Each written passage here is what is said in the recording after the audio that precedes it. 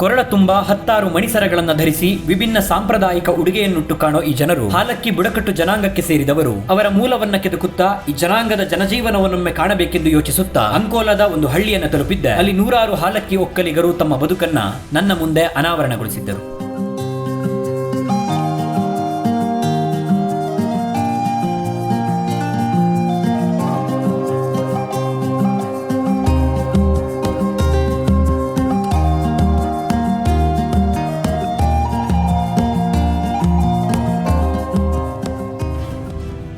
ತಲೆಮಾರುಗಳಿಂದಲೂ ಪಶ್ಚಿಮ ಘಟ್ಟಗಳ ಮಡಿಲಲ್ಲಿರೋ ಉತ್ತರ ಕನ್ನಡ ಜಿಲ್ಲೆಯ ಕಾರವಾರ, ಕುಮಟಾ, ಅಂಕೋಲ, ಹೊನ್ನಾವರದ ಅರಣ್ಯಗಳ ತಪ್ಪಲಲ್ಲಿ ಬದುಕಿದ ಈ ಬುಡಕಟ್ಟು ಜನಾಂಗದವರು ಸಹ್ಯಾದ್ರಿ ಶ್ರೇಣಿಗಳ ಗುಡ್ಡಗಾಡುಗಳ ಮೇಲೆಯೇ ಅಲ್ಲಿಯ ಅರಣ್ಯ ಉತ್ಪನ್ನಗಳ ಮೇಲೆಯೇ ಅವಲಂಬಿತರಾಗಿ ವ್ಯವಸಾಯ ಮತ್ತು ಪಶುಸಂಗೋಪನೆಯ ಜೊತೆಗೆ ನಾಟಿ ಔಷಧವನ್ನ ತಯಾರಿಸುವಂತಹ ಕಾಯಕದಲ್ಲಿ ತೊಡಗಿ ಬದುಕು ಸಾಗಿಸಿದರು. ಕಾಲ ಉರುಳಿದಂತೆ ನಾಗರಿಕತೆ ಬೆಳೆಯುತ್ತಾ ಬಂದಂತೆ ಕೆಲವರು ಕಾಡಂಚಿನಿಂದ ನಾಡಿನೆಡೆಗೆ ಸರಿದು ಸಮೂಹ ಜೀವನದಲ್ಲಿ ತೊಡಗಿದರೆ, ಇನ್ನು ಕೆಲವರು ಕಾಡಂಚಿನ ಜೀವನವನ್ನ ಮುಂದುವರಿಸಿದ್ದಾರೆ. ಅಂದಿಗೆ ಗಿಡಮೂಲಿಕೆಗಳಿಂದ ನಾಟಿ ಔಷಧವನ್ನ ತಯಾರಿಸುತ್ತಾ ಭೂ ಒಡೆಯರ ಕೃಷಿ ಭೂಮಿಗಳಲ್ಲಿ ಕೂಲಿ ಕೆಲಸಗಳಲ್ಲಿ ತೊಡಗುತ್ತಾ ಒಕ್ಕಲುತನವನ್ನ ಮಾಡುತ್ತಾ ಅಡವಿಯ ಮಕ್ಕಳಾಗಿ ಬದುಕಿದ ಈ ಹಾಲಕ್ಕಿ ಒಕ್ಕಲಿಗರು ಇಂದಿಗೆ ಕೆಲವರು ಸ್ವಂತ ಭೂಮಿಗಳನ್ನ, ಇನ್ನು ಕೆಲವರು ಗೇಣಿ ಭೂಮಿಗಳನ್ನ ಹೊಂದಿ ಕೃಷಿ ಮಾಡುತ್ತಿದ್ದಾರೆ. ಸಮಾಜದ ವಿವಿಧ ಕ್ಷೇತ್ರಗಳಲ್ಲಿ ಬದುಕನ್ನ ಕಟ್ಟಿಕೊಂಡಿದ್ದಾರೆ. ಇವರ ಜೀವನ ಗಾಥೆಯನ್ನ ಕಾಣಲು ಉತ್ತರ ಕನ್ನಡ ಜಿಲ್ಲೆಯ ಅಂಕೋಲ ತಾಲೂಕಿನ ಬಡಗೇರಿ ಎಂಬ 400ರಿಂದ 500 ಮನೆಗಳಿರೋ ಸಮುದ್ರ ತೀರದ ಸುಂದರ ಹಳ್ಳಿಯೊಳಗೆ ಹೆಜ್ಜೆ ಇಟ್ಟವನು ಅಲ್ಲಿ ಒತ್ತೊತ್ತಾಗಿದ್ದ ಮನೆಗಳನ್ನ, ಈ ಹಾಲಕ್ಕಿ ಸಮುದಾಯದ ಜನಗಳನ್ನ, ಅವರ ಬದುಕಿನ ಶೈಲಿಯನ್ನ ಕಾಣುತ್ತಾ ಬಂದ ಈ ಆಧುನಿಕ ಯುಗದಲ್ಲಿ ಸಾಂಪ್ರದಾಯಿಕ ಹಳ್ಳಿಯ ಸೊಗಡನ್ನ ಕಾಯ್ದುಕೊಂಡಿರೋ ಈ ಬಡಗೇರಿಯಲ್ಲಿ ಒಂದಷ್ಟು ಸಮಯವನ್ನ ಕಳೆದಿದೆ. ಇತ್ತೀಚೆಗೆ ಈ ಒಟ್ಟಿಗೆ ಬದುಕು, ಈ ಸಮೂಹ ಬದುಕೇನಿದೆಯಲ್ಲ, ಈ ಥರ ಹಳ್ಳಿಗಳು ಎಲ್ಲ ಮರೆಯಾಗ್ತಾ ಬಂದವೆ. ಅಂದರೆ ಅದು ಈ ಕಡೆಗೆಲ್ಲ ಬಂದರೆ, ನಮ್ಮ ಕಡೆಗೆ ಬಂದರೆ ತುಂಬಾ ಅದು ಮರೆಮಾಚಿಬಿಟ್ಟಿದೆ. ಅಂದರೆ ಆ ಥರ ಒಟ್ಟಿಗೆ ಬದುಕೋದು ಇಲ್ಲ. ಜನ ಅವ್ರವ್ರ ಪಾಡಿಗೆ ಬೇರೆ ಬೇರೆ ಬೇರೆ ಬೇರೆ ಜಾಗದಲ್ಲಿ ಬದುಕ್ತಾ ಇದ್ದಾರೆ. ಒಂದು ಹಳ್ಳಿ ವಾತಾವರಣ ನೋಡಬೇಕಂದ್ರೆ ಅಂದರೆ ಬೇರೆ ಬೇರೆ ಒಂದೊಂದು ಕಡೆ ಹಳ್ಳಿಗಳು ಒಂದೊಂದು ಕಡೆ ಇರ್ತವೆ. ಇದರ ಉತ್ತರ ಕನ್ನಡದ ಕರಾವಳಿ ಕಡೆದ ಒಂದು ಹಳ್ಳಿ ನೋಡಬೇಕಂದ್ರೆ ಈ ಹಳ್ಳಿ ಒಂದು ಅದ್ಭುತವಾದ ಉದಾಹರಣೆ ಅಂತ ಹೇಳ್ಬೋದು. ನನಗಂತೂ ಎಲ್ಲ ಇದೆ ಇಲ್ಲಿ. ಅಂದರೆ ಇವ್ರದ್ದು ಕೃಷಿ ಬದುಕಿದೆ, ಇವ್ರದ್ದು ಎಲ್ಲ ರೀತಿ ಬದುಕು ಇಲ್ಲಿದೆ. ನೋಡೋಕ್ಕಂತಾರೆ ನಾನು ತುಂಬ ದಿನಗಳಾಗಿತ್ತು ಈ ರೀತಿ ಒಂದು ಹಳ್ಳಿಗಳು ಹೋಗ್ತೀವಿ, ಕಾಡಂಚಿನ ಹಳ್ಳಿಗಳು, ಈ ಥರದ ಹಳ್ಳಿಗಳನ್ನ ಭೇಟಿ ಮಾಡ್ತಿರ್ತೀವಿ. ಆದರೆ ಇಷ್ಟೊಂದು ಜನ ಇರಲ್ಲ. ಈ ಕಾಡಂಚಿನ ಹಳ್ಳಿಗಳಲ್ಲಿ ಬಂದರೂ ನಿಮ್ಗೆ ಹೆಂಗಂದರೆ ಒಂದು 10-20 ಮನೆಗಳಿದ್ದರೆ ಹೆಚ್ಚು. ಆದರೆ ಇಲ್ಲಿ ನಿಮಗೆ ಒಂದು 100 ಮನೆಗಳು ಸಿಗ್ತವೆ ನಿಮಗೆ. ಅಂದರೆ ಒಂದೇ ಜನಾಂಗಕ್ಕೆ ಸೇರಿದ 100 ಮನೆಗಳಿದ್ದಾವೆ. ಇನ್ನೂ ಖುಷಿ ಏನಂದರೆ, ಈ ಹಳ್ಳಿ ಜನರದಲ್ಲಿ ಏನು ಖುಷಿ ಅಂದರೆ, ಇವ್ರ ಈ ಕಡೆಗೆ ಬಂದಿರ್ಬೋದು, ಆಧುನಿಕ ಬದುಕಿಗೆ ಬಂದಿರ್ಬೋದು, ಏನೇ ಆಗಿರ್ಬೋದು, ಆದರೆ ಅವರ ಸಂಪ್ರದಾಯಗಳೇನಿತ್ತಲ್ಲ, ಆಚಾರ ವಿಚಾರಗಳಿದೆಯಲ್ಲ, ಅದು ಇವತ್ತಿಗೂ ಮರ್ತಿಲ್ಲ. ಆಮೇಲೆ ಅವ್ರದ್ದು ಕಸುಬು ಏನಿತ್ತಲ್ಲ, ಕುಲ ಕಸುಬು ಏನಿತ್ತಲ್ಲ, ಅದನ್ನ ಇವತ್ತಿಗೂ ಮರ್ತಿಲ್ಲ ಅಂತ ಹೇಳಿದ್ರೆ. ಪರಂಪರೆಯಲ್ಲಿ ವಲಸಿಗರು ಅಂದರೆ ಗೋವಾ ಗ್ರಾಮದ ವಲಸಿಗರು. ಭೂಮಿ ಎಲ್ಲ ಕಡಿಮೆ, ವ್ಯವಸಾಯ ಮಾಡ್ಲಿಕ್ಕೆ ಭೂಮಿ ಎಲ್ಲ ಇಲ್ಲಾಗಿತ್ತು. ಮತ್ತೆ ಭೂಮಿಯ ಪಿತ್ರಾರ್ಜಿತ ಗೌಡ್ರಿಗೆ ಅಲ್ಲಿ ಎಲ್ಲೂ ಇಲ್ಲ. ಈ ಬ್ರಿಟಿಷರ ದಬ್ಬಾಳಿಕೆಯಿಂದ ಬೇಸತ್ತು ಅವರು ಆಗ ಮತ್ತು ಪೂರ್ವಿಕ ಕಾಲದಿಂದಲೂ ಅವರು ವಲಸಿಗರೇ. ಮೂಲ ನಿವಾಸಿಗಳು ಯಾರೂ ಅಲ್ಲ. ನಮ್ಮ ಸಮಾಜದೊಳಗೆ ಮೂಲ ನಿವಾಸಿಗಳು ಎಲ್ಲೂ ಇಲ್ಲ. ದೊಡ್ಡವರು ಅಂದ್ರೆ ಒಡೆದಿರು, ಅವ್ರ ಭೂಮಿಯನ್ನ ಸಾಗುವಳಿ ಮಾಡಿ ಅವ್ರು ಇಲ್ಲೇ ಇದ್ದು ಆ ಸಾಗುವಳಿಯನ್ನ ಮಾಡಿ ಬಂದ. ಅಲ್ಲಿಂದ ಉಳುವವನೇ ಹೊಲದ ಒಡೆಯದಾಗ ಅವ್ರ ಭೂಮಿ ಟ್ರಿಬ್ಯುನಲ್ ತುಂಬಿ ಈ ಭೂಮಿ ಸಾಗುವಳಿ ಮಾಡಿ ಇಲ್ಲೇ ಶಾಶ್ವತವಾಗಿ ಉಳಿದುಕೊಂಡು ನಮ್ಮ ಕಾಡಿನಲ್ಲೇ ಎಲ್ಲ ಬೆಳೆಯುದು. ಕಾಡಿನಲ್ಲಿ ಹೊಲ ಗದ್ದೆ ಎಲ್ಲ ಮಾಡಿ ಅಲ್ಲಿ ಭತ್ತ ಗಿತ್ತ ಏನ್ ಬೇಕಾ ನಮ್ಮ ಜೀವನಕ್ಕೆ ಏನ್ ಬೇಕು ಅದೆಲ್ಲ ಅಲ್ಲೇ ಬದುಕ್ತಾ ಇದ್ದವ್ರು. ಕಾಲಕ್ರಮೇಣವಾಗಿ ಕಾಡಿನ ದೂರ ಆದ್ವಿ. ಈಗ ನೀವು ಕಾಡಿಂದ ಅವಲಂಬನೆ ಏನಿಲ್ಲ. ಮನೆಗೆ ಬೇಕಾದಂತ ಎಲ್ಲ ಬೇಲಿ ವ್ಯವಸಾಯ ಮಾಡ್ಲಿಕ್ಕೆ ಏನಷ್ಟು ಬೇಕು ಅದೆಲ್ಲ ಕಾಡಿನಿಂದ ನಾವು ಪ್ರಯೋಜನ ಪಡಿತೇವೆ. ಗಿಡಮೂಲಿಕೆ ಔಷಧಿಗೆ ಬೇಕಾದ್ದೆಲ್ಲ ಕಾಡಿನಲ್ಲಿ ಸಿಗ್ತವೆ. ಆಮೇಲೆ ಜೇನು ಏನಾದ್ರು ಬೇಕಾದದ್ದು. ಈ ಗಿಡಮೂಲಿಕೆ ಔಷಧಿಗಳನ್ನ ಕೊಡ್ತಾರೆ ಇವಾಗಲೂ? ಹೌದು, ಕೆಲವಷ್ಟು ಮನೆಯಲ್ಲಿ ಗಿಡಮೂಲಿಕೆಗಳೆಲ್ಲ ಬಾಳಿದ್ದಾವೆ. ಇನ್ನು ಇದಕ್ಕೆ ನಮ್ಮ ಕುಡಿ ಕೈಗಾರಿಕೆಗಳಿಗೆ ಏನಾದ್ರು ವಸ್ತುಗಳು ಇದರಾಗಲಿ ಒಂದು ಹಂತಕ್ಕೆ ಕಾಡನ್ನು ಫುಲ್ ಬಿಟ್ಬಿಟ್ಟಿದ್ದೀರಿ. ಕಾಡು ಒಂದು ಹಂತದಲ್ಲಿ ಕಾಡು ಬಹಳಷ್ಟು ದೂರ ಆಗ್ಬಿಟ್ಟಿದೆ. ಈಗೀಗ ಮಿಷಿನ್ ಬಳಸ್ತಾರೆ. ಮೊದ್ಲೆಲ್ಲ ಈ ತರ ಕೈಯಲ್ಲೇ ಕೊಯ್ದು ಸಾಗುವಳಿ ಮಾಡ್ಬೇಕು. ಕೈಯಲ್ಲೇ ಕೊಯ್ದು ಕೈಯಲ್ಲೇ ತಂದು ಹಾಕಿ ಈ ತರ ಬಡವೆ ಮಾಡು. ತೆಂಗು ಇದೆ, ಹಿಂಗೆ ನಮಗ್ ಬೇಕಾದಷ್ಟೇ ಭತ್ತ ಬೆಳಿತೀರಾ? ಭತ್ತ, ರಾಗಿ, ಆಮೇಲೆ ತರಕಾರಿ, ಎಲ್ಲಾದ್ರೂ ಬಾಳೆ, ಅಡಿಕೆ, ತೆಂಗು ಇರ್ತದೆ. ಸಾಧಾರಣ ಒಂದು 700-800 ಜನಗಳಿದೆ ಅಂದಾಜು. ಜನ ಅಂದ್ರೆ ಒಂದು 2,500 ಜನ. 2,500 ಜನ ಸಂಖ್ಯೆ ಒಂದೇ ಊರಲ್ಲಿ. ನಮ್ಮ ಸಮಾಜದವರು ಮಾತ್ರ. ಈಗ ಈ ಕಡೆ ಎಲ್ಲ ಈ ಹರಿಕಾಂತ್ ಮೀನುಗಾರರಿದ್ದ ನೌಕರಿಗೆ ಹೋಗ್ಲಿಕ್ಕೆ ಅವಾಗ ಹಣ ಗಿಣ ಎಲ್ಲ ಇಲ್ಲಾಗಿತ್ತಲ್ಲ. ಈಗೀಗೆಲ್ಲ ಉತ್ಪನ್ನ ಇದೆ, ಕೆಲವು ಹೋಗ್ತಾರೆ. ಈಗೆಲ್ಲ ಮಾಡ್ತಾರೆ, ಗದ್ದೆ ಮಾಡ್ತಾರೆ, ಅದಾದ್ಮೇಲೆ ತರಕಾರಿಗಳನ್ನ ಬೆಳೆದು ಮಾಡ್ತಾರೆ. ಅದ್ರ ಜೊತೆ ಕೂಲಿ ಕೆಲಸ ಮಾಡ್ತಾರೆ, ಕೂಲಿನೂ ಮಾಡ್ತಾರೆ. ಅದ್ರ ಜೊತೆ ಬೇರೆ ಬೇರೆ ಕೆಲಸಗಳನ್ನು ಮಾಡ್ತಾರೆ. ಎಲ್ಲವನ್ನು ಕಲ್ತಿದ್ದಾರೆ ನಮ್ಮ ಜನ. ಸೆಂಟ್ರಿಂಗ್ ಹಿಡಿದು, ಆಮೇಲೆ ವೆಲ್ಡಿಂಗ್ ಹಿಡಿದು, ಏನು ಈ ಚಿನ್ನ ಮಾಡೋದು ಹಿಡಿದು ಎಲ್ಲ ಕಲ್ತಿದ್ದಾರೆ. ನಿಮ್ಮ ಆಚರಣೆಗಳ ಬಗ್ಗೆ ಹೇಳೋದಾದ್ರೆ, ಅಂದ್ರೆ ಹಾಲಕ್ಕಿ ಜನಾಂಗದ್ದು ವಿಶೇಷ ಆಚರಣೆಗಳಲ್ಲ? ವಿಶೇಷ ಆಚರಣೆ ಅಂದ್ರೆ ತುಳಸಿ ಹಬ್ಬ, ಮತ್ತೆ ದೀಪಾವಳಿ, ಸುಗ್ಗಿ, ಸಂಕ್ರಾಂತಿ, ಯುಗಾದಿ ಇವೇ ವಿಶೇಷ ಆಚರಣೆ ಅಂದ್ರೆ. ಸಂಕ್ರಾಂತಿ ದಿವಸ ಸಂಕ್ರಾಂತಿ ಕಾಳೆಲ್ಲ ತಂದು ಹಬ್ಬ ದೇವರಿಗೆ ಬೇಕಾದಂದು ಎಲ್ಲ ಪೂಜೆ ಪುರಸ್ಕಾರಕ್ಕೆ ಬೇಕಾದ್ದೆಲ್ಲ ತಂದು ನೈವೇದ್ಯ ಮಾಡಿ ದೊಡ್ಡ ಹಬ್ಬ ಮಾಡ್ತೇವೆ. ಕೋಲಾಟ ಸುಗ್ಗಿ ಅಂತೇವೆ. ಸುಗ್ಗಿ ದಿನ ಈಗ ಸುಗ್ಗಿ ಹಬ್ಬ ಅಂದ್ರೆ ಒಂದು 15 ದಿನ ಮೊದಲೇ ನಾವು ಸುಗ್ಗಿ ಏಳಿಸೋದು. ಅದರಿಂದ ಸುಗ್ಗಿ ಏಳಿಸ್ಕೊಂಡು ಊರ ಹೊರಗಡೆ ಹೋಗ್ತೇವೆ.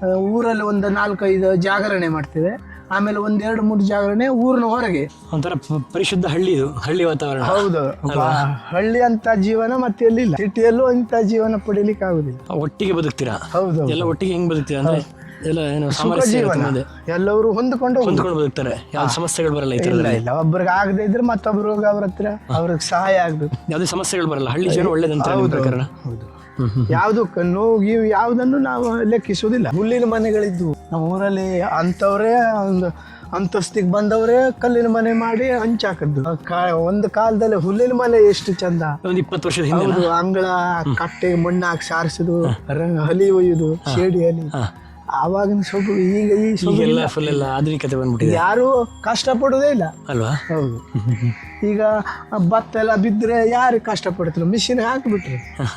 ಇಲ್ಲ ಅದು ಕೊಯ್ದು ಮತ್ತೆ ಬೇರೆ ಬಡ್ದು ಚೊಕ್ಕು ಮಾಡಿ. ಶತಮಾನಗಳ ಹಿಂದಿನಿಂದಲೂ ಅಡವಿಯ ಅಂಚುಗಳಲ್ಲಿ ಬದುಕುತ್ತಿದ್ದ ಈ ಜನರು ಭತ್ತದ ಗದ್ದೆಗಳ ಹತ್ತಿರದಲ್ಲಿ ಗುಂಪು ಗುಂಪಾಗಿ ಗುಡಿಸಲುಗಳನ್ನು ಕಟ್ಟಿಕೊಂಡು ವ್ಯವಸಾಯವನ್ನ ನಂಬಿಕೊಂಡು ಕೂಲಿ ಕಾರ್ಯಗಳನ್ನ ಮಾಡಿಕೊಂಡು ಜೀವಿಸಿದರು. ಅಂದಿನಿಂದಲೂ ಕಲೆ ಸಂಸ್ಕೃತಿ ಎನ್ನುವುದು ಇವರ ಬದುಕಿನ ಒಂದು ಅವಿಭಾಜ್ಯ ಅಂಗವಾಗಿ ಉಳಿದಿದೆ. ಹಗರಣ, ಗುಮಟೆ ಪಾಂಗು, ಕೋಲಾಟ, ಸುಗ್ಗಿ ಕುಣಿತದಂತಹ ವಿಶೇಷ ಆಚರಣೆಗಳನ್ನ ಈ ಬುಡಕಟ್ಟು ಜನಾಂಗ ಇಂದಿಗೂ ಜೀವಂತವಾಗಿರಿಸಿಕೊಂಡು ಬಂದಿದೆ. 100 ವರ್ಷಗಳು ಸರಿದರೂ ಇವರ ಪೂರ್ವಜರಿಂದ ಬಳುವಳಿಯಾಗಿ ಬಂದ ಉಡುಗೆ ತೊಡುಗೆ, ಆಚಾರ ವಿಚಾರಗಳನ್ನ ಈ ಹಾಲಕ್ಕಿ ಒಕ್ಕಲಿಗರು ಇಂದಿಗೂ ಮರೆತಿಲ್ಲ. ಇವರ ಜೀವನದುದ್ದಕ್ಕೂ ಪಟ್ಟಪಾಡು ಅದೆಷ್ಟೋ ಜಾನಪದ ಹಾಡುಗಳಾಗಿ ಕತೆಗಳಾಗಿ ಹುಟ್ಟಿಕೊಂಡಿವೆ. ಹಾಡು ಕತೆಗಳು ಇಂದಿಗೂ ಹಲವರ ಬಾಯಲ್ಲಿ ಜೀವಂತವಾಗಿವೆ. ಇವರ ಸಾಹಿತ್ಯ, ಸಂಸ್ಕೃತಿ, ಜಾನಪದಗಳೇ ಈ ಜನಾಂಗವನ್ನ ದೇಶದುದ್ದಗಲಕ್ಕೂ ಪರಿಚಯಿಸುವುದರಲ್ಲಿ ಪ್ರಮುಖ ಪಾತ್ರ ವಹಿಸಿದೆ ಅಂದರೆ ತಪ್ಪಾಗಲ್ಲ.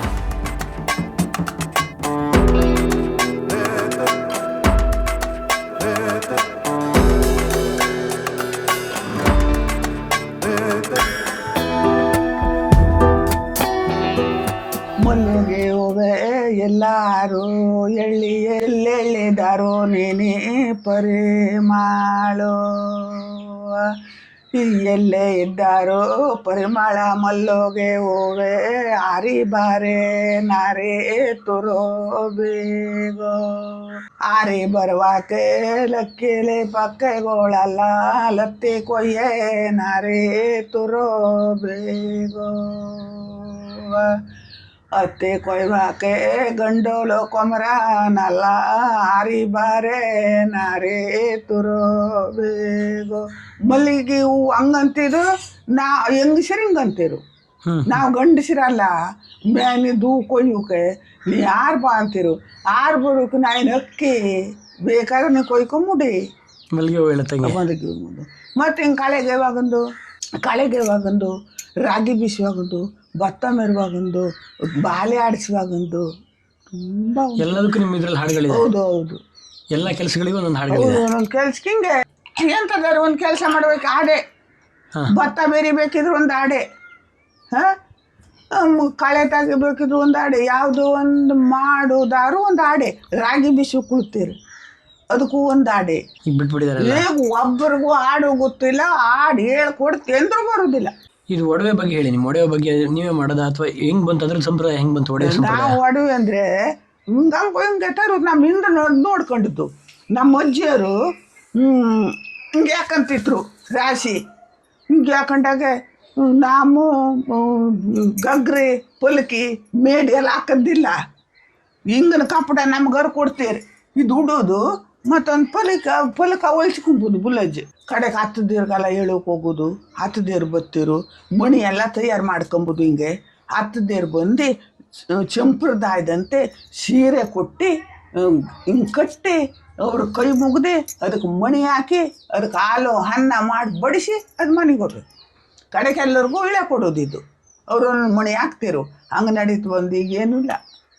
ಸ್ಯಾಂಟು ಬೆಲ್ಟ್ ಮುಂದೆ ಯಾವುದೂ ಇಲ್ಲ. ಈಗ ನಾನು ಬೆಳಗಾಗೆ ಎದ್ದುಕೊಂಡು ಮೊಖೆಲ್ಲ ತೊಳ್ಕೊಂಡು ಚಾ ಕುಡ್ಕೊಂಡು ಭೂಮಿಗೆ ಹೋಗ್ಬೇಕು. ಬೆಳಗ ಮುಂಚೆ ಕಡೆಗೆ ನಾವೇನಂತ ಬೆಳಗ ಮುಂದೆದೆ ಏನೆಲ್ಲ ನೆನೆದೆ ಎಳ್ಳು ಜೀರುಗ್ಯ ಆ ಬೆಳ ಓಳೋ ಎಳ್ಳು ಜೇರುಗ ಬೆಳವಳೆ ಭೂಮಿ ತಾಯಿ ಬೆಳಗ ಮುಂದೆದ್ದೆ ನೆನದೇವೋ ಬೆಳಗ ಮುಂದೆದೆ ನೆನದಿವ ಭೂಮಿ ತಾಯಿ ನೆನದೆನೆ ದುಡಿಮಿಗೆ ಹೋಗಿವೋ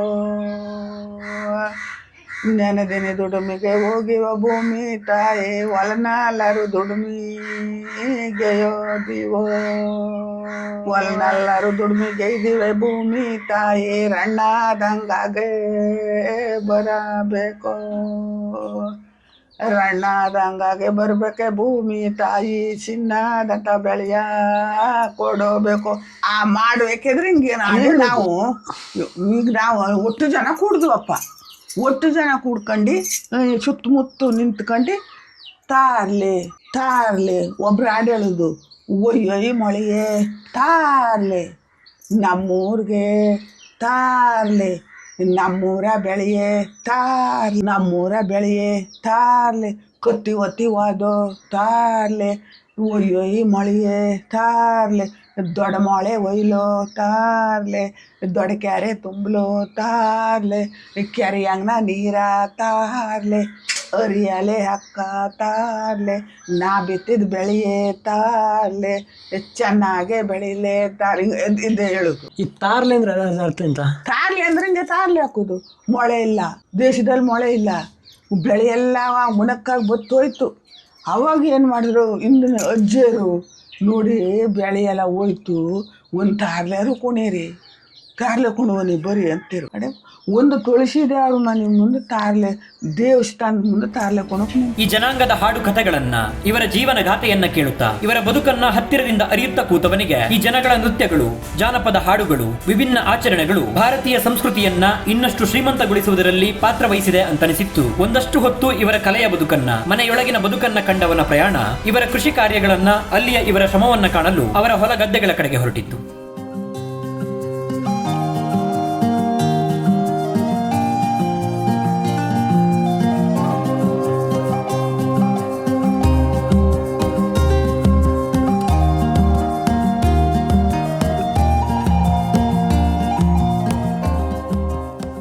ಈ ಹಾಲಕ್ಕಿ ಜನ ಏನಂದ್ರೆ ಒಂಥರ ಸಮೂಹದಲ್ಲಿ ನೆಲೆಸೋ ಜನಾಂಗ ಇದು. ಒಟ್ಟಾಗಿ ಏನು ಇವರ ಮನೆಗಳೆಲ್ಲ ಒಂದೇ ಕಡೆ ಇರುತ್ತೆ, ಕೃಷಿ ಭೂಮಿಗಳು ಒಂದ್ ಕಡೆ ಇರುತ್ತೆ. ಇಲ್ಲಿರೋ ಒಂದು ಹತ್ತಿರ ಒಂದು 400-500 ಮನೆಗಳಿದಾವೆ. ಆ ಜಾಗದ ಪಕ್ಕಕ್ಕೆ ಬಂದ್ರೆ ಇವರ ಕೃಷಿ ಭೂಮಿಗಳಿದೆ. ಏನು ಬಹುತೇಕವಾಗಿ ಇದನ್ನ ತರಕಾರಿಗಳನ್ನು ಬೆಳಿತಾರೆ. ಈ ತರಕಾರಿ ಸೊಪ್ಪುಗಳನ್ನೆಲ್ಲ ಬೆಳೆದ ತರಕಾರಿಗಳನ್ನು ಹೋಗಿ ಆಚೆ ಕಡೆ ಇದಕ್ಕೆ ಮಾರ್ತಾರೆ. ಅಂದ್ರೆ ಇವರ ಜೀವನೋಪಾಯಕ್ಕೆ ಇದೇ ಆಗಿರೋದು. ಅಂದ್ರೆ ಕೃಷಿ ಮತ್ತೆ ಕೂಲಿ ಕೆಲಸಗಳೇ ಈ ಹಾಲಕ್ಕಿ ಜನಾಂಗದ ಮುಖ್ಯ ಕೆಲಸಗಳು. ನನಗೆ ಅದೇ ಏನು ಕರ್ನಾಟಕನ ಸುತ್ತಾಡ್ತಾ ಹೋದಂಗೆ ಯಾವ್ಯಾವ ತರ ಜನ ಇರುತ್ತೆ, ಅಲ್ಲಿ ಜನಜೀವನ ಹಿಂಗಿರುತ್ತೆ ನೋಡಿ. ಇದು ನೋಡಿದ್ರೆ ಇಲ್ಲಿ ಜಾಗಗಳು ನೋಡಿದ್ರೆ ಒಂಥರ ವಿಭಿನ್ನವಾಗಿದೆ. ಅಲ್ಲಿ ಒಂದಷ್ಟು ಮನೆಗಳು ಆ ಅಕ್ಕಪಕ್ಕದಲ್ಲಿ, ಆ ಮನೆಗಳು ತುಂಬ ಆ ಮನೆ ಅಕ್ಕಪಕ್ಕದಲ್ಲಿ ಎಲ್ಲ ತೆಂಗಿನ ಮರಗಳನ್ನು ಬೆಳ್ಕೊಂಡಿದ್ದಾರೆ. ಅಂದರೆ ಅದು ಒಂದು ಬೆಳೆನೇ ಅವರಿಗೆ. ತೆಂಗಿನ ಜೊತೆಗೆ ಈ ಅಕ್ಕಪಕ್ಕದಲ್ಲಿ ಈ ಥರ ತರಕಾರಿಗಳು ಬೆಳ್ಕೊಂಡಿದ್ದಾರೆ. ಇವ್ರೇನಿದ್ದಾರೆ ಈಗ ಬೆಳಗ್ಗೆ ಎದ್ರೆ ಇವ್ರ ಕೆಲಸ ಇಲ್ಲ. ಈ ತುಂಬಾ ಬಹುತೇಕ ಇಲ್ಲಿ ಕೃಷಿ ಭೂಮಿಗಳಲ್ಲಿ ಈ ತರಕಾರಿ ಹೊಲಗಳಲ್ಲಿ ಕೆಲಸ ಮಾಡ್ತಾರೆ. ಇಲ್ಲೇ ತರಕಾರಿಗಳನ್ನು ಬೆಳೆದು ಇಲ್ಲಿಂದ ಬಂದಿರೋ ತರಕಾರಿಗಳನ್ನು ತಗೊಂಡೋಗಿ ನಿಮಗೆ ಇದರಲ್ಲಿ ಪಟ್ಟಣಗಳಲ್ಲಿ ಬೇರೆ ಬೇರೆ ನಗರಗಳಲ್ಲಿ ಅಂದರೆ ಈ ಅಂಕೋಲ ಈ ಥರ ಸುತ್ತಮುತ್ತ ಈ ಊರುಗಳು ಇರ್ತಾವಲ್ಲ, ಸಿಟಿ ಇರ್ತಾವಲ್ಲ, ಅಲ್ಲಿ ತೊಗೊಂಡೋಗಿ ಮಾರ್ತಾರೆ. ಅಂದರೆ ಇದೇ ಮುಖ್ಯ ಆಧಾರ ಇವರಿಗೆ ಜೀವನಕ್ಕೆ. ಒಂದಷ್ಟು ಜನ ಈ ಥರ ಕೂಲಿ ಕೆಲಸಗಳನ್ನು ಕೂಡ ಮಾಡ್ತಾರೆ. ಅದು ಬಿಟ್ಟರೆ ಇನ್ನೊಂದಷ್ಟು ಜನ ಹೆಂಗಂದ್ರೆ ಈ ವಿದ್ಯಾಭ್ಯಾಸ ಮಾಡ್ಕೊಂಡ್ರು ಬೇರೆ ಬೇರೆ ವರ್ಗದಲ್ಲಿ ಇದ್ದಾರೆ. ಎಲ್ಲ ನಮ್ಮಂತಾನೆ ಅಂದರೆ ಎಲ್ಲ ಥರ ವರ್ಗದಲ್ಲೂ ಎಲ್ಲ ಕ್ಷೇತ್ರದಲ್ಲೂ ಇವರು ಈ ಜನಗಳಿದ್ದಾರೆ. ಒಂದಷ್ಟು ಜನ ಈಗ ಸಾಂಪ್ರದಾಯಿಕವಾಗಿರೋರು ಈ ರೀತಿ ಕೆಲಸಗಳು ಮಾಡ್ಕೊಂಡು ಬರ್ತಾರೆ. ನಮಗಿಂತ ಒಂದು 2 ತಲೆಮಾರು ಹಿಂದಿನವರು, ಅಂದರೆ ಒಂದು 70-80 ವರ್ಷ ಈ ವಯಸ್ಸಿನವರು ಇದಾರಲ್ಲ, ಅವರಷ್ಟೇ ಈ ಥರದ್ದು ಇದನ್ನ ಆ ಒಡವೆಗಳನ್ನ, ಅವ್ರದ್ದು ಸಾಂಪ್ರದಾಯಿಕ ಒಡವೆಗಳನ್ನ ಹಾಕೋತಾರೆ. ಇತ್ತೀಚೆಗೆ ಸ್ವಲ್ಪ ಸಂಪ್ರದಾಯದಿಂದ ದೂರ ಆಗ್ತಾ ಬಂದರೆ ಈ ವಯಸ್ಸಾದವರು ಏನಿರುತ್ತೆ ಅವ್ರ ಮೈ ಮೇಲೆ ಮಾತ್ರ ಕಾಣಿಸ್ತಾರೆ. ಆಮೇಲೆ ಅವರು ವೇಷಭೂಷಣ ಇದೆಯಲ್ಲ, ಅವರ ಬಟ್ಟೆ ಹಾಕೋ ರೀತಿ ಇದೆಯಲ್ಲ, ಅದು ಕೂಡ ಒಂಥರ ವಿಭಿನ್ನವಾಗಿದೆ. ಅಂದರೆ ಇವಾಗಿನ ಥರ ಇಲ್ಲ. ಅದು ಬುಡಕಟ್ಟು ಜನಾಂಗದ ಇವ್ರ ಸಂಪ್ರದಾಯ ಹೆಂಗ್ ಬಂದಿತ್ತಲ್ಲ ಅಲ್ಲಿಂದ ಇದೆ. ಏನ್ ಕೆಲಸ ಮಾಡ್ತೀರಿ ಇವಾಗ? ಕೊತ್ತಂಬರಿ, ಶೇಂಗಾ, ಪೊಟ್ಲ ಗಿಡ, ಬೀಮ್ಸ್, ಉಳ್ಕೋಲು, ಮತ್ತೆ ಬಸಳೆ, ಬೆಂಡೆಕಾಯಿ, ತೊಡ್ತೋಡೆ ರಾಶಿ ಅಲ್ಲ, ಸ್ವಲ್ಪ ಬೆಳಿತೀರಾ? ಹಾ, ಬೆಳೆದಿದ್ದು ಏನ್ ಮಾಡ್ತೀರಾ? ಎಲ್ಲಿ ಮಾರ್ತೀರಾ? ಅಂಕೋಲ ಹತ್ರ ನೀವೇ ಹೊತ್ಕೊಂಡೋಗಿ ಮಾರ್ತೀರಾ? ಹಾ, ನಾವೇ ಎತ್ಕೋತೇವೆ. ಇದನ್ನೆಲ್ಲ ಹೊತ್ಕೊಂಡೋಗಿ ಮಾರ್ತೀರಾ? ನೀವು ಬೇರೆ ಎಲ್ಲ ಮಾರ್ಕೆಟಿಗೆ ಕೊಡಲ್ಲ, ನೀವೇ ಹೋಗುದು ಮಾರಕ್ ಬರುದು. ಎಷ್ಟು ಬೆಳಿತೀರಾ? ಒಂದು ತೋಟ ಇದೆ, ಇಷ್ಟೇ ತೋಟ ತುಂಡುಗ ಇದಿಷ್ಟೀಗ ಇದು ಏನೋ ಇದು ಗೆಡ್ಡೆಕೋಸು ಅಂತೆಲ್ಲ ಇದು ಏನಿದು? ಅದು ಶೇಂಗಾ. ಇದು ಶೇಂಗಾ, ಇದು ಕೊತ್ತಂಬರಿ ಸೊಪ್ಪು. ಕೊತ್ತಂಬರಿ, ಇದು ಪೊಟ್ಲ ಗಿಡ, ನೋಡಿ, ನಾವು ಕಾಣದೇ ಇರೋ ಜನರ ಬದುಕು ಯಾವ ರೀತಿ ಇದೆ ಅಂತ ಹೇಳಿ. ತರಕಾರಿಗಳನ್ನ ಈ ಥರದೆಲ್ಲ ಬೆಳೆದು ಎಲ್ಲ ಕಡೆ ಮಾರ್ತಾರೆ. ಈ ಬಯಲುಸೀಮೆಗಳ ಕಡೆ ಹೋದರೆ, ಉತ್ತರ ಕರ್ನಾಟಕ ಕಡೆ ಹೋದರೆ ತರಕಾರಿ ಬೆಳೆಗಳನ್ನೇ ಹೆಚ್ಚಾಗಿ ಬೆಳೆದು ಮಾರ್ತಾರೆ. ಆದರೆ ಇಲ್ಲಿದು ಒಂಥರ ವಿಭಿನ್ನವಾಗಿದೆ. ಈಗ ಅಲ್ಲಿ ರೈತರು ಏನು ಮೇಲೆ ಅವಲಂಬಿತಾಗಿರ್ತಾರೆ ಅಂದರೆ, ಆ ತರಕಾರಿಗಳನ್ನೆಲ್ಲ ಮಾರಿ ಬೇರೆ ದಲ್ಲಾಳಿಗಳಿಗೆ ಮಾರ್ಕೋತಾರೆ, ಅಥವಾ ಈ APMC ಮಾರುಕಟ್ಟೆಗಳಿಗೆ ಹಾಕ್ತಾರೆ, ಕೃಷಿ ಮಾರುಕಟ್ಟೆಗಳಿಗೆ ಹಾಕ್ತಾರೆ, ಅಲ್ಲಿ ಮಾರ್ತಾರೆ. ಆದರೆ ಇಲ್ಲಿ ಜನ ಏನು ಮಾಡ್ತಾರೆ ಅಂದರೆ, ಇವರು ಚಿಕ್ಕ ಚಿಕ್ಕ ಜಾಗದಲ್ಲಿ, ತುಂಬ ದೊಡ್ಡದಾಗಲ್ಲ ನೋಡಿ, ಈ ಥರ ಚಿಕ್ಕ ಚಿಕ್ಕ ಜಾಗದಲ್ಲಿ ಬೆಳ್ಕೋತಾರೆ. ಒಂದು ಸ್ವಲ್ಪ ನಿರ್ದಿಷ್ಟವಾಗಿ ಒಂದಿಷ್ಟು ಜಾಗದಲ್ಲಿ ಬೆಳ್ಕೋತಾರೆ. ಅಲ್ಲಿ ಏನು ಬೆಳೀತಾರಲ್ಲ ಇದನ್ನು ಸ್ವತಃ ಇವರೇ ಮಾರ್ತಾರೆ. ಅಂದರೆ ಅದ್ರದ್ದು ಏನು ಸಂಪೂರ್ಣ ಲಾಭ ಇರುತ್ತಲ್ಲ ಅದು ಇವರೇ ತಗೋತಾರೆ. ಒಂಥರ ಸ್ವಾವಲಂಬಿ ಬದುಕು. ಅಥವಾ ಯಾರ ಈ ಮಾರುಕಟ್ಟೆಗಾಗಿ ಅಥವಾ ಈ ಮಾರಾಟಕ್ಕಾಗಿ ಯಾರ ಮೇಲೆ ಏನು ಅವಲಂಬಿತ ಆಗಿರಲ್ಲ, ಅದು ಚೆನ್ನಾಗಿದೆ. ಆಮೇಲೆ ಇನ್ನೂ ಇಷ್ಟ ಆಗಿದೆ ಅಂದರೆ, ತುಂಬ ಸುಂದರವಾಗಿ ಚಿಕ್ಕ ಚಿಕ್ಕ ಚಿಕ್ಕ ಚಿಕ್ಕ ಚಿಕ್ಕ ತೋಟಗಳು ಅಲ್ಲಲ್ಲಿ ಒಬ್ರಿಗೆ ಸಂಬಂಧಪಟ್ಟಿದ್ದು ಒಂದಿಷ್ಟು ಜಾಗ, ಅದು ಒಂದೇ ಜಾಗದಲ್ಲಿ 4-5 ಬೆಳೆಗಳನ್ನು ಬೆಳ್ಕೋತಾರೆ. ಅಂದರೆ ನಾವೀಗ ಡೈಲಿ ಏನೇನು ಈ ದಿನನಿತ್ಯ ಏನು ತರಕಾರಿಗಳು ಬಳಸ್ತೀವಲ್ಲ ಅದನ್ನೆಲ್ಲ ಒಬ್ಬರೇ ಬೆಳ್ಕೊಂಡ್ಬಿಡ್ತಾರೆ. ಅದನ್ನು ಡೈಲಿ ತಗೊಂಡೋಗಿ ಅಂಕೋಲದಲ್ಲಿ ಮಾರ್ಕೊಬರ್ತಾರೆ. ಇದು ಒಂಥರ ಖುಷಿ ಕೊಟ್ಟ ವಿಚಾರ. ಗದ್ದೆ ಮಧ್ಯದಲ್ಲಿ ಅಂದರೆ ಇವ್ರದ್ದು ಈ ಹೊಲಗಳಿದೆಯಲ್ಲ, ಅದ್ರ ಮಧ್ಯದಲ್ಲಿ ಈ ಥರ ದೇವಸ್ಥಾನಗಳಿದೆ. ಈ ದೇವಸ್ಥಾನ ಏನಪ್ಪ ಅಂದರೆ, ಇವ್ರದ್ದು ಹೋಳಿ ಅಂತ ತುಂಬ ಒಂದು ವಿಶೇಷವಾದ ಆಚರಣೆ ನಡೆಯುತ್ತೆ, ಸಾಂಪ್ರದಾಯಿಕ ಆಚರಣೆ. ಅವ್ರದ್ದು ನೃತ್ಯ ಪ್ರಕಾರಗಳಲ್ಲಿದ್ದಾವೆ. ಅಂದರೆ ಈ ಹೋಳಿ ಟೈಮಲ್ಲಿ ಮಾತ್ರ ಒಂದಷ್ಟು ವೇಷಭೂಷಣಗಳನ್ನು ಧರಿಸಿ ಅದೊಂದು ಶೃಂಗಾರ ಮಾಡಿಕೊಂಡು ಅಲ್ಲಲ್ಲಿ ಅವ್ರದ್ದು ಕುಣಿತಗಳಿರುತ್ತೆ. ಆ ಕುಣಿತಗಳಿಗೆ ಇಲ್ಲಿಂದ ಹೊರಡೋ ಮೊದಲು ಇಲ್ಲಿಗೆ ಈ ದೇವಸ್ಥಾನಗಳಿಗೆ ಪೂಜೆಗಳನ್ನು ಮಾಡಿ, ಆಮೇಲೆ ಅದು ಮುಗಿದ ಮೇಲೂ ಈ ಥರ ದೇವಸ್ಥಾನಗಳಿಗೆ ಪೂಜೆ ಮಾಡ್ತಾರೆ. ಈ ಬುಡಕಟ್ಟು ಜನಾಂಗಗಳದ್ದೇ ಒಂಥರ ಇವರ ವೇಷಭೂಷಣ ಅಥವಾ ಇವ್ರದ್ದು ಸಂಸ್ಕೃತಿಗಳು, ಇವ್ರದ್ದು ಆಚಾರ ವಿಚಾರಗಳು, ಇವ್ರದ್ದು ಆಹಾರ ಪದ್ಧತಿ, ಇವ್ರ ಬದುಕೇ ತುಂಬ ವಿಭಿನ್ನವಾಗಿರುತ್ತೆ. ನನಗೆ ಅದಕ್ಕೆ ಈ ರೀತಿ ಜನರ ಮೇಲೆ ಹೆಚ್ಚಿನ ಒಲವು. ಏನಕ್ಕಂದರೆ ಇವ್ರು ಯಾರು ನಮ್ಮ ಥರ ಆಧುನಿಕ ಲೋಕಕ್ಕೆ ಅಥವಾ ಆಧುನಿಕ ಯುಗಕ್ಕೆ ಮಾರು ಹೋಗಿ ಅಥವಾ ಈ ಥರ ಬದುಕ್ತಾ ಇಲ್ಲ. ಇವರು ಇತ್ತೀಚಿನ ತಲೆಮಾರವರು ಸ್ವಲ್ಪ ಅಂದರೆ ಈಗ ಇತ್ತೀಚಿನೇನೋ ಈ ಬೇರೆ ಬೇರೆ ಕೆಲಸಗಳಿಗೆ ಅಥವಾ ಇನ್ನು ಬೇರೆ ಬೇರೆ ಕ್ಷೇತ್ರದಲ್ಲಿ ಕೆಲಸ ಮಾಡ್ತಾರೆ. ಆದರೆ ಒಂದು 2 ತಲೆಮಾರು ಹಿಂದಕ್ಕೆ ಹೋದರೆ ಅವರು ಆಚಾರ ವಿಚಾರಗಳನ್ನು, ಸಂಸ್ಕೃತಿಗಳನ್ನು, ಅವ್ರ ಜೀವನ ಶೈಲಿ ಹಾಗೆ ಇಟ್ಕೊಂಡಿದ್ದಾರೆ. ನಮಗಿಂತ ಒಂದು ತಲೆಮಾರು ಮೊದಲಿನವ್ರು ಇದ್ದಾರಲ್ಲ, ಅವರು ಅದೇ ಬದುಕನ್ನು ಪಾಲಿಸ್ತಿದ್ದಾರೆ. ಇನ್ನೊಂದಷ್ಟು ವರ್ಷ ಹೋದರೆ, ಅಂದರೆ ಇನ್ನೊಂದು 10-20 ವರ್ಷ ಹಿಂಗೆಲ್ಲ ಹೋದರೆ, ಈ ತಲೆಮಾರುಗಳು ಮುಗಿದ ಮೇಲೆ ಮತ್ತು ಈ ಸಾಂಪ್ರದಾಯಿಕ ಕೃಷಿಗಳು ಅಥವಾ ಈ ಥರ ಇವ್ರ ಜೀವನ ಈ ಥರ ಇರಲ್ಲ ಅನಿಸುತ್ತೆ. ಬಹುತೇಕ ಬದಲಾಗ್ತಾ ಬರುತ್ತೆ. ಕಾಡಲ್ಲಿ ಸಿಗೋ ಹಣ್ಣು ಹಂಪಲುಗಳು, ಜೇನನ್ನು, ಅಲ್ಲಿ ಏನು ಗಿಡಮೂಲಿಕೆಗಳು ಅದನ್ನ ಬಳಸಿ ಅದರ ಮೇಲೆ ಅವಲಂಬನೆಯಾಗಿ ಬದುಕ್ತಿದ್ದಂಥ ಜನ. ಆದರೆ ಇವತ್ತಿಗೆ ಸ್ವಲ್ಪ ಈ ಕಡೆಗೆ ಬಂದಿದ್ದಾರೆ, ಕೃಷಿ ಕಡೆಗೆ ಬಂದಿದ್ದಾರೆ. ಇನ್ನೊಂದಷ್ಟು ವರ್ಷ ಹೋದಾಗ ಬೇರೆ ಬೇರೆ ಕ್ಷೇತ್ರಗಳಲ್ಲಿ ಇವರು ಹೋಗ್ತಿದ್ದಾರೆ. ಏನೇನು ಬೆಳೆದಿರ ಯಜಮಾನ್ರೆ? ಇದೊಂದೇ ಬೆಳೆದಿರೋದಾ? ಹಾಂ, ಇದೇ ಬಾವಿಂದ ನೀರು ಹಾಕ್ತೀರಾ? ಇಷ್ಟು ಆಳ ತೋಡಿದ್ರೆ ನೀರು ಸಿಕ್ಬಿಡತ್ತಾ? ಈ ಒಂದಿನ ಬೆಳೆದಿದ್ದು ಎಷ್ಟು ದಿನ ಮಾರ್ತೀರಾ ಇದನ್ನು? ನಾವು ದಿನ ಇದು ಸುಮಾರು ದಿನ ಮಾರ್ತೇವೆ. 1 ವಾರ 2 ವಾರ. ಇದೇನ ಮುಖ್ಯ ನಿಮಗೆ ಅಂದರೆ ಜೀವನಕ್ಕೆ? ಜೀವನಕ್ಕೆ ಗದ್ದೆ ಇತ್ತೋಡೆ, ಭತ್ತ, ಶೇಂಗಾ. ಅಲ್ಲಿ ಶೇಂಗಾ ಭತ್ತ ಎಲ್ಲ ಬೆಳಿತೀರಾ? ಇದೊಂದು ಸುಮ್ಮನೆ ಒಂದು ಇದು ಹಿಂಗೆ ಇದೊಂದು ತರಕಾರಿ ಟೈಮ್ ಪಾಸಿಗೆ. ಓ ಹಾಗೆ. ಅಲ್ಲಿ ಗದ್ದೆ ಎಷ್ಟಿದೆ? ಗದ್ದೆಯಲ್ಲಿ ತೋಟ ಒಂದು 20 ಗುಂಟೆ. 20 ಗುಂಟೆ ಇದೆ. ಅದು ಊಟಕ್ಕೆ ಭತ್ತ ಆಗುತ್ತೆ? ಊಟ ಭತ್ತಕ್ಕೆ ಸ್ವಲ್ಪನೇ ಜಾಗಗಳಾದರೂ, ಅಂದರೆ ಒಂಥರ ಅಂಗೈ ಆಗಲ ಜಾಗಗಳಂತಾರಲ್ಲ ಆ ಥರ ಒಂದು ಸ್ವಲ್ಪ ಜಾಗಗಳು, ಸ್ಕ್ವೇರ್ ಫೀಟ್ಗಳಷ್ಟು ಜಾಗಗಳು. ಅಂದರೆ ಆ ಜಾಗಗಳನ್ನಾದರೂ ನೀಟಾಗಿ ಅದರಲ್ಲಿ ಕೃಷಿ ಮಾಡಿದ್ದಾರೆ. ಅದೊಂದು ಖುಷಿ ವಿಚಾರ ನೋಡಿದ್ರೆ.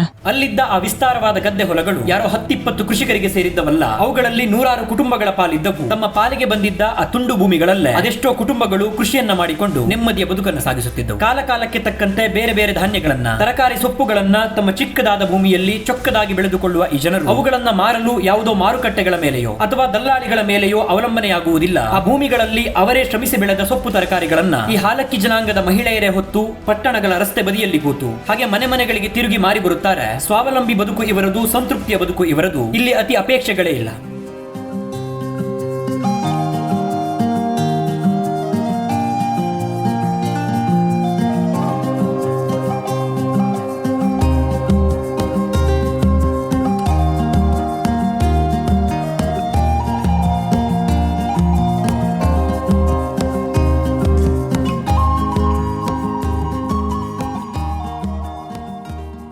ಸೂರ್ಯ ಮುಳುಗುವ ಹೊತ್ತಲ್ಲಿ ಸಮುದ್ರ ತೀರದ ಈ ಹಳ್ಳಿಯನ್ನ, ಅಲ್ಲಿಯ ಹೊಲಗದ್ದೆಗಳನ್ನ, ಅಲ್ಲಿ ದುಡಿಯುತ್ತಿದ್ದ ಜನಗಳನ್ನ ಕಾಣುತ್ತಾ ಬರುವಾಗ ಅತಿ ಆಸೆ ಇಲ್ಲದೆ ತುಂಡು ಭೂಮಿಯಲ್ಲ ಸಂತೃಪ್ತಿ ಪಟ್ಟು ಶ್ರಮವಹಿಸಿ ದುಡಿಯೋ ಈ ಜನರ ಬದುಕು ಶ್ರೇಷ್ಠವಾದದ್ದು ಅಂತನಿಸಿತ್ತು. ಹಾಲಕ್ಕಿ ಜನಾಂಗದ ಜನರ ಈ ಹಳ್ಳಿಯಲ್ಲಿ ಹಳ್ಳಿಗರೊಂದಿಗೆ ಕಳೆದ ಒಂದು ಸಂಪೂರ್ಣ ದಿನ ಅದ್ಭುತವಾದ ಅನುಭವವನ್ನು ಕೊಟ್ಟಿತ್ತು. ಅಲ್ಲಿಂದ ಅಂಕೋಲಾದ ಮತ್ತಷ್ಟು ಪ್ರದೇಶಗಳಿಗೆ ಭೇಟಿ ಕೊಟ್ಟು ಇಂದಿಗೂ ಕಾಡಂಚಿನಲ್ಲಿಯೇ ಬದುಕುತ್ತಿರೋ, ಕೃಷಿಯ ಮೇಲೆಯೇ ಅವಲಂಬಿತವಾಗಿರೋ ಈ ಹಾಲಕ್ಕಿ ಜನಾಂಗದ ಕೆಲವು ಕುಟುಂಬಗಳನ್ನ, ಅವರ ಜೀವನವನ್ನ ಕಾಣುತ್ತಾ ಬಂದ ಕೆಲವರು ದಟ್ಟಾರಣ್ಯಗಳ ಅಂಚುಗಳಲ್ಲಿ ಕೃಷಿಯನ್ನ, ಕೂಲಿಯನ್ನ ಮಾಡುತ್ತಾ ಸ್ವತಂತ್ರವಾದ ಜೀವನವನ್ನು ಸಾಗಿಸುತ್ತಿದ್ದಾರೆ. ರಸ್ತೆ, ವಿದ್ಯುತ್ ಸಂಪರ್ಕಗಳು ಸಮರ್ಪಕವಾಗಿಲ್ಲದ ಊರುಗಳಲ್ಲಿ ಬದುಕು ಸಾಗಿಸುವುದು ಕಷ್ಟಕರವೇ. ಆದರೂ ಈ ಜನಾಂಗದ ಕೆಲವು ಕುಟುಂಬಗಳು ಅನಾದಿ ಕಾಲದಿಂದಲೂ ತಮ್ಮ ಬದುಕನ್ನ ಅರಣ್ಯದಂಚಲ್ಲೇ ಮುಂದುವರಿಸುತ್ತಿದ್ದಾರೆಂದು ತಿಳಿದು ಅಲ್ಲಿಂದ ಮರಳಿದೆ. ಇಲ್ಲಿಂದ ಪೇಟೆಗೆ ಹೋಗ್ಬೇಕಾದ್ರೆ ಎಷ್ಟು ದೂರ ಆಗುತ್ತೆ? ಅಂಕೋಲೆಗೆ 6.5 ಕಿಲೋಮೀಟರ್ ಅಷ್ಟು ದೂರ ಹೋಗ್ಬೇಕು ನೀವು? ಬಸ್ ಬರ್ತಿದೆ. ಬಸ್ ಬರುತ್ತೆ ಇಲ್ಲಿ ಊರಿಗೆ? 10:30 ಅಲ್ಲಿ ಈಗ 4 ಗಂಟೆ. ಈಗ ಹೋಯ್ತು ತಿರುಗಿ ಬಸ್ ಬರುತ್ತೆ ಊರಿಗೆ. ನಾವ್ ರಿಕ್ಷಾಕ್ ಬರ್ತೀವ್ರಿ ಶಾಂತವಾದ್ರಿ. ರಿಕ್ಷಾಕ್ ಬರ್ತೀರಾ? ಈಗ ಆಸ್ಪತ್ರೆಗೆಲ್ಲ ಎಲ್ಲಿಗೆ ಹೋಗ್ಬೇಕು? ಅರ್ಜೆಂಟ್ ಏನೋ ತುಂಬಾ ಅವಶ್ಯಕತೆ ಅಂದ್ರೆ ಸರ್ಕಾರಿ ಕಾರವಾರ ಹೋಗ್ಬೇಕು. ಅಲ್ಲಿಗೆ ಹೋಗ್ಬೇಕಲ್ಲ? ಏನೋ ತುಂಬಾ ಅರ್ಜೆಂಟ್ ಏನೋ ಏನು ಹೋಗ್ಬೇಕಂದ್ರೆ ಇಲ್ಲ ಫೋನ್ ಮಾಡೋಕೆ ಅಲ್ಲಿ ಹೋಗ್ಬೇಕು, ನೋಡಿ ಕತ್ತೂರಿಗೆ ಹೋಗ್ಬೇಕು, ಟವರ್ ಬರುದಿಲ್ಲ. ಕರೆಂಟ್ ಇದೆಯಾ ಇಲ್ಲಿ? ಇಲ್ಲಿ ಯಾವಾಗ ಬಂತು ಕರೆಂಟ್? ಇಲ್ಲಿ ನಾವು ತಕೊಂಡು ಒಂದ್ 2 ವರ್ಷ ಆಯ್ತು ಅಷ್ಟೇ. ಕರೆಂಟ್ ಬಂದ 2 ವರ್ಷ ಆಗಿದ್ದು. ಸರ್ಕಾರದಿಂದ ಬಂದಿದೆ, ನೀವೇ ಮಾಡ್ಕೊಂಡಿದ್ದೀರಾ? ಸರ್ಕಾರದೇ ಬಂದಿದ್ದು. ಹೌದಾ? ದಿನ ಬಳಕೆಗೆ ಅಡಿಗೆ ಮಾಡಕ್ಕೆಲ್ಲ ವಸ್ತುಗಳು ಬೇಕಲ್ಲ ಅಡಿಗೆಗೆಲ್ಲ? ಅಂಕೋಲ ಹೋಗಿ ತರಬೇಕು. ಅಂಕೋಲ ಹೋಗ್ಬೇಕು, ಹಸೂರು ಹೋಗ್ಬೇಕು, ಹನ್ನೊಳ್ಳಿ ಹೋಗ್ಬೇಕು. ಅಲ್ಲಿವರೆಗೂ ಹೋಗ್ತಾ ಹನ್ನೊಳ್ಳಿ ಎಲ್ಲ ಕತ್ತರಿ ಇಲ್ಲಿ ಬಂದಿರಲ್ಲ, ಆ ಕತ್ತರಿ ಎಲ್ಲ ಅಂದಿಲ್ಲ ಅಲ್ಲಿ ಸಿಕ್ತಿದ್. ಶಾಲೆ ಎಲ್ಲ ಮಕ್ಳಿಗೆ ಶಾಲೆ ಎಲ್ಲ ಎಲ್ಲಿದೆ? ಇಲ್ಲಿ 5ನೇವರೆಗೆ ಇಲ್ಲಿ ಇದೆಯಾ? 5ನೇ ತರಗತಿವರೆಗೆ ಇದೆ. ಅದರಿಂದ ಮೇಲೆ ಹೋಗ್ಬೇಕಾದ್ರೆ ಮುಂದೆ ಮ್ಯಾನೆ ಅದ್ರ ಮ್ಯಾನೆ ಕಡೆ ಹೊನ್ನೊಳ್ಳಿ 7ನೇವರೆಗೂ ಹಂಗೆ ಮತ್ತೆ ಅಲ್ಲಿ ಹಸೂರಲ್ಲಿ. ಭತ್ತ ಇದೆಲ್ಲ ಯಾವ್ದು ಶೇಂಗಾ ಎಲ್ಲ ಮಾರ್ತೀರಾ? ಶೇಂಗಾ ಮಾರ್ತೀರಾ? ಎಲ್ಲ ಮಾರುದು. ಭತ್ತನೂ ಮಾರ್ತೀರಾ? ಭತ್ತ ಮಾರಿ ಅಕ್ಕಿ ಮಾಡ್ಸ್ಕೊ ಬರುದು ಈಗ ನಿಲ್ಲುದು. ಈಗ ಏನು ಈ ಹಾಲಕ್ಕಿ ಜನಾಂಗ ಇರುವಂತ ಒಂದು ಊರು ಬಡಗೇರಿಯಲ್ಲಿ, ಬಡಗೇರಿಯಲ್ಲಿ ಸಮೂಹ ಜೀವನ. ಈ ಇಲ್ಲಿದ್ದ ಜನಗಳೆಲ್ಲರೂ ಅಂದ್ರೆ ಈ ಬಡಗೇರಿಯಲ್ಲಿ ಏನಿದಾರಲ್ಲ ಜನ, ಅವರೆಲ್ಲರೂ ಸ್ವಲ್ಪ ಕಾಡೊಳಗೆ ಇದ್ದವ್ರೆ, ಈ ಕಾಡಿನ ಒಳಗಿದ್ದವ್ರೆ. ಹಂತವಾಗಿ ನಿಧಾನವಾಗಿ ಈ ಊರಿನ ಕಡೆಗೆ ಬಂದು ಅವ್ರ ಕಡೆ ಏನು ಆ ಬಡಗೇರಿನ ಊರಿದೆಯಲ್ಲ, ಅಂಕೋಲದ ಬಡಗೇರಿ ಊರಿದೆಯಲ್ಲ, ಆ ಥರದ ಊರುಗಳಲ್ಲಿ ಬದುಕ್ತಿದ್ದಾರೆ. ಇನ್ನು ಕೆಲವರು ಹೆಂಗಂದ್ರೆ ಈಗ ಇವರೆಲ್ಲ ನೋಡಿ ಯಾವಾಗಿಂದ ಕಾಡು ಅಂಚಲ್ಲಿ ಏನಿದ್ರಲ್ಲ, ಕಾಡಂಚಲ್ಲಿ ಅವ್ರು ಬದುಕು ಮುಂದುವರಿಸಿದ್ದಾರೆ. ಬದುಕಿನ ಶೈಲಿ ಅಥವಾ ಅವ್ರದ್ದು ಆಚಾರ ವಿಚಾರಗಳೆಲ್ಲ ಒಂದೇ ಥರ, ಅಥವಾ ಅವರು ಬೆಳೆನು ಅವ್ರ ಕೃಷಿ ಭೂಮಿಗಳು ಅಥವಾ ಜೀವನಕ್ಕೆ ಅವಲಂಬನೆ ಎಲ್ಲ ಒಂದೇ ಥರನೇ. ಇವರು ಕೃಷಿಗೆ ಅವಲಂಬನೆ ಆಗಿದ್ದಾರೆ, ಅಲ್ಲಿರೋ ಜನನು ಕೃಷಿಗೆ ಅವಲಂಬನೆ ಆಗಿದ್ದಾರೆ. ಇವರು ಈ ಥರ ಈ ಶೇಂಗಾ ಈ ಥರದ್ದೆಲ್ಲ ಬೆಳೀತಾರೆ, ಅವರು ಭತ್ತ ಈ ಥರದ್ದೆಲ್ಲ ಬೆಳೀತಾರೆ, ಅವರು ಕೂಡ ಅದೇ ಥರ ಬೆಳೀತಾರೆ. ಈ ಕಡೆ ಸ್ವಲ್ಪ ಅಡಿಕೆ ಅದು ಇದೆಲ್ಲ ಬೆಳೀತಾರೆ. ಬಟ್ ನಾವು ಇವ್ರಿಗೂ ಹೋಲಿಸ್ಕೊಂಡ್ರೆ ಅವ್ರ ಜೀವನ ಸ್ವಲ್ಪ ಸುಲಭವಾಗಿ, ಯಾಕಂದರೆ ಅಂಕೋಲಕ್ಕೆ ಹತ್ತಿರವಾಗಿದ್ದಾರೆ. ಈ ಊರುಗಳು ಹೆಂಗಂದರೆ ಸ್ವಲ್ಪ ಈ ನಗರಗಳಿಂದ ಸ್ವಲ್ಪ ದೂರ, 10-12 ಕಿಲೋಮೀಟರ್ ಒಳಗಡೆ ಇದೆ. ಇಲ್ಲಿ ಸ್ವಲ್ಪ ವ್ಯವಸ್ಥೆಗಳು ಕಡಿಮೆ, ಒಳ್ಳೆ ಆಸ್ಪತ್ರೆ, ಒಳ್ಳೆ ಸ್ಕೂಲ್ಗಳು, ಅಥವಾ ಏನೋ ದಿನನಿತ್ಯಕ್ಕೆ ಬೇಕಾಗಿರೋ ವಸ್ತುಗಳ ಅವಶ್ಯಕತೆಗೆ ಈ ಜನ ಸ್ವಲ್ಪ ಕಷ್ಟಪಡ್ತಾರೆ. ಅಂದರೆ ಒಂದು ಕೃಷಿ ಜೀವನ ಅಥವಾ ಇಲ್ಲಾಂದ್ರೆ ಕೂಲಿ ಕೆಲಸ ಈ ಥರದ್ದು ಮಾಡ್ಕೊಂಡು ಸಾಮಾನ್ಯವಾಗಿ ಬದುಕನ್ನು ಕಟ್ಕೊಂಡು ಹೋಗ್ತಾ ಇದ್ದಾರೆ. ಇಲ್ಲಿ ಸ್ವಲ್ಪ ಜೀವನ ಏನು ತುಂಬ ಸುಲಭವಾಗಿಲ್ಲ, ಯಾಕಂದರೆ ಈ ಕಾಡಂಚಲ್ಲಿ ಗದ್ದೆಗಳನ್ನು ಮಾಡೋದು ಅಥವಾ ಬೇರೆ ಬೇರೆ ಬೆಳೆಗಳನ್ನು ಬೆಳೆಯೋದಕ್ಕೆ ನಿಮಗೆ ಕಾಡು ಪ್ರಾಣಿಗಳು ಸುಲಭವಾಗಿ ಬಿಡಲ್ಲ. ಆ ಥರ ಸಮಸ್ಯೆಗಳಿದೆ. ಆಮೇಲೆ ತಿರುಗಾಟ ಸಾರಿಗೆ ವ್ಯವಸ್ಥೆ ಸಮಸ್ಯೆ ಇದೆ, ಶಾಲೆಗಳ ಸಮಸ್ಯೆ ಇದೆ, ಆಸ್ಪತ್ರೆಗಳ ಸಮಸ್ಯೆ ಇದೆ. ಈ ಥರದ್ದೆಲ್ಲ ಸಮಸ್ಯೆ ಬದುಕ್ತಾರೆ. ಇದೇ ರೀತಿ ಹಳ್ಳಿಗಳನ್ನು ಹುಡ್ಕೊಂಡು ಹೋಗೋ ಕಾರಣ ಏನಂದರೆ ನೋಡಿ, ಬದುಕು ಹಿಂಗೂ ಇರುತ್ತೆ. ನಾವೇನು ಸಿಟಿಲಿ ಬದುಕ್ತೀವಿ, ಎಲ್ಲದು ಬೆರಳಂಚಲ್ಲಿ ಸಿಗುತ್ತಲ್ಲ, ಏನು ಬೇಕಾದನ್ನ ಆರ್ಡ್ರ್ ಮಾಡಿ 10 ಸೆಕೆಂಡಲ್ಲಿ ತರಿಸ್ತೀವಲ್ಲ, ಆ ಥರ ಜೀವನ ಅಲ್ಲ. ಅಲ್ಲಿ ಒಬ್ಬ ಡೆಲಿವರಿ ಬಾಯ್ ಅಥವಾ ಒಬ್ಬ ಝೊಮ್ಯಾಟೊ ಅಥವಾ ಈ ಥರ ಯಾರೋ ಮಾಡೋರು ಒಂದು 10 ನಿಮಿಷ ನಮ್ಗೆ ಊಟ ತರೋದು, 10 ನಿಮಿಷ ನಾವು ಹೇಳಿರೋ ವಸ್ತುಗಳನ್ನು ತರೋದ್ರಾಗೆ ನಮ್ಮ ತಾಳ್ಮೆ ಇರಲ್ಲ. 10 ನಿಮಿಷ ಅವ್ರನ್ನ ತರೋಕ್ಕೆ ಅವನಿಗೆ ಟೈಮ್ ಕೊಡೋಕೆ ನಮ್ಗೆ ತಾಳ್ಮೆ ಇರಲ್ಲ. ಆದರೆ ಇಂಥ ಜಾಗಗಳಿಗೆ ಬಂದು ನಾವೆಲ್ಲರೂ ಒಂದೊಂದು ದಿನ ಇದ್ದು ಹೋಗ್ಬಿಟ್ರೆ ನಮಗೆ ತಾಳ್ಮೆ ಅನ್ನೋದು ಬರುತ್ತೆ. ಬದುಕನ್ನೋದು ಏನಂತ ನಿಜವಾದ ಬದುಕಿ ಅಂತ ಏನು ಅರ್ಥ ಆಗುತ್ತೆ. ನಗರಗಳ ಕಡೆ ಬದುಕ್ತೀವಲ್ಲ, ಅದು ಮಾತ್ರ ಬದುಕಲ್ಲ. ಈ ರೀತಿಯೂ ಬದುಕಿದೆ ಜನಕ್ಕೆ. ಅಂದರೆ ಈ ರೀತಿ ತುಂಬ ಹಳ್ಳಿಗಳಿಗೆ ಹೋಗಿದ್ದೀನಿ. ಈ ರೀತಿ ಜನ ತುಂಬ ಮಿತವಾಗಿರೋ ಬದುಕಲ್ಲಿ, ಅಂದರೆ ಬರೀ ಹೊಟ್ಟೆ ಬಟ್ಟೆಗೆ ಅಷ್ಟೇ ಮಾಡ್ಕೊಂಡು ಬದುಕಿದ್ದಾರೆ ಕೆಲವು ಜನ. ಅಂದರೆ ಈಗ ಏನು ಇನ್ನು ಹಾಲಕ್ಕಿ ಸಮುದಾಯದ ಬಗ್ಗೆ ಏನು ಹೇಳ್ತೀನಲ್ಲ, ಈ ಸಮುದಾಯದಲ್ಲಿ ಎಲ್ಲರೂ ಇದೇ ಥರ ಇದ್ದಾರೆ ಅಂತ ಹೇಳೋಕ್ಕಾಗಲ್ಲ.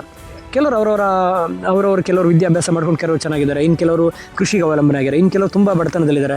ಎಲ್ಲ ರೀತಿ ಜನಗಳು ಸೇರಿದ್ದಾರೆ. ಅಂದರೆ ಈ ಥರ ಜಾಗಗಳು ನೋಡಿದಾಗ ಅದು ಅನಿಸುತ್ತೆ, ಈ ಥರನೂ ಬದುಕ್ತಾರಲ್ಲಪ್ಪ ಜನ ಅಂತ. ನಂಗೆ ಇತ್ತೀಚೆಗೆ ಇದರದ ಮನವರಿಕೆ ಆಗ್ತಾ ಹೋಗ್ತಿದೆ. ಒಂದು ಹಂತಕ್ಕೆಯಲ್ಲಿ ಆ ಥರ ನಗರಗಳ ಕಡೆ ಅಥವಾ ಸ್ವಲ್ಪ ಚೆನ್ನಾಗಿರೋ ಊರುಗಳನ್ನೇ ನೋಡ್ತಾ ಹೋಗ್ತಿದ್ದವನಿಗೆ ಒಂದು ರೀತಿ ಜೀವನ ಅರ್ಥ ಆಗಿದ್ರೆ, ಈ ಥರದ ಊರುಗಳನ್ನು ನೋಡ್ತಾ ಹೋಗ್ತಾ ಇನ್ನೊಂಥರ ಅರ್ಥ ಆಗ್ತಿದೆ. ಇದ್ರ ಮೂಲಕ ನಾನು ಹೇಳೋಕೆ ಹೋಗೋದೇನೆಂದರೆ, ನೆನಪಿರಲಿ, ನಮಗೆ ಕೊಟ್ಟಿರೋ ಬದುಕು, ನಾವೇನು ಬದುಕ್ತಿಲ್ಲ, ಬದುಕು ತುಂಬ ಅಮೂಲ್ಯವಾದದ್ದು, ತುಂಬ ಉತ್ತಮವಾದದ್ದು. ಅಥವಾ ನಮಗಿಂತನೂ ಕಷ್ಟಪಟ್ಟು ಬದುಕೋ ಜನ ಇದ್ದಾರೆ ಅನ್ನೋದನ್ನು ನೆನ್ಪಿಟ್ಕೊಂಡ್ರೆ ನನ್ನ ಪ್ರಕಾರ ಯಾವುದು ಈ ಕಷ್ಟ ಅಲ್ಲ ಅಂತ ಅನ್ಸುತ್ತೆ. ದಶಕಗಳಿಂದ ಹೋರಾಟ ನಡೆಸುತ್ತಿದ್ದರೂ ಕೂಡ ಈ ಜನರನ್ನ ಇಂದಿಗೂ ಪರಿಶಿಷ್ಟ ಪಂಗಡದ ಪಟ್ಟಿಗೆ ಸೇರಿಸಿಲ್ಲವೆಂಬುದು, ಅನೇಕರು ಬಡತನ ರೇಖೆಗಿಂತ ಕೆಳಗಿದ್ದರೂ ಅವರಿಗೆ ದಕ್ಕಬೇಕಾದ ಸರ್ಕಾರಿ ಸೌಲಭ್ಯಗಳು ಸಿಕ್ಕುತ್ತಿಲ್ಲವೆಂಬುದು ಬೇಸರದ ವಿಚಾರ. ನನ್ನ ಆಶಯ, ಇವರ ಬೇಡಿಕೆಯನ್ನ ಪರಿಶೀಲಿಸಿ ಕೋರಿಕೆಯನ್ನ ನೆರವೇರಿಸಬೇಕು ನಮ್ಮನ್ನಾಳುವ ಸರ್ಕಾರ. ಈ ಹಾಲಕ್ಕಿ ಜನಾಂಗದ ಇತಿಹಾಸವನ್ನ, ಅವರ ಜೀವನ ಗಾಥೆಯನ್ನ ಹೇಳುವಾಗ ಈ ಜನಾಂಗದ ಇಬ್ಬರು ಸಾಧಕರನ್ನ ಮರೆಯುವ ಹಾಗೆಯೇ ಇಲ್ಲ. ತನ್ನ ಜನಪದ ಲೋಕದ ಸಾಧನೆಗೆ ಪದ್ಮಶ್ರೀ ಪುರಸ್ಕಾರ ಪಡೆದ ಸುಕ್ರಿ ಬೊಮ್ಮಗೌಡ, ಅಪಾರ ವೃಕ್ಷಗಳ ಪಾಲನೆ ಪೋಷಣೆ ಮಾಡಿ ಪದ್ಮಶ್ರೀ ಪುರಸ್ಕಾರ ಪಡೆದ ತುಳಸಿಗೌಡ ಎಂಬ ಇಬ್ಬರು ಸಾಧಕರು ಈ ಜನಾಂಗವನ್ನ ದೇಶದ ಮಟ್ಟದಲ್ಲಿ ಪರಿಚಯಿಸಿದ್ದರು ಎಂಬ ಕಥೆಯನ್ನ ಹೇಳದ ಈ ಜನಾಂಗದ ಕಥೆಗೆ ಪೂರ್ಣ ವಿರಾಮವನ್ನ ಇಡಲು ಆಗಲ್ಲ.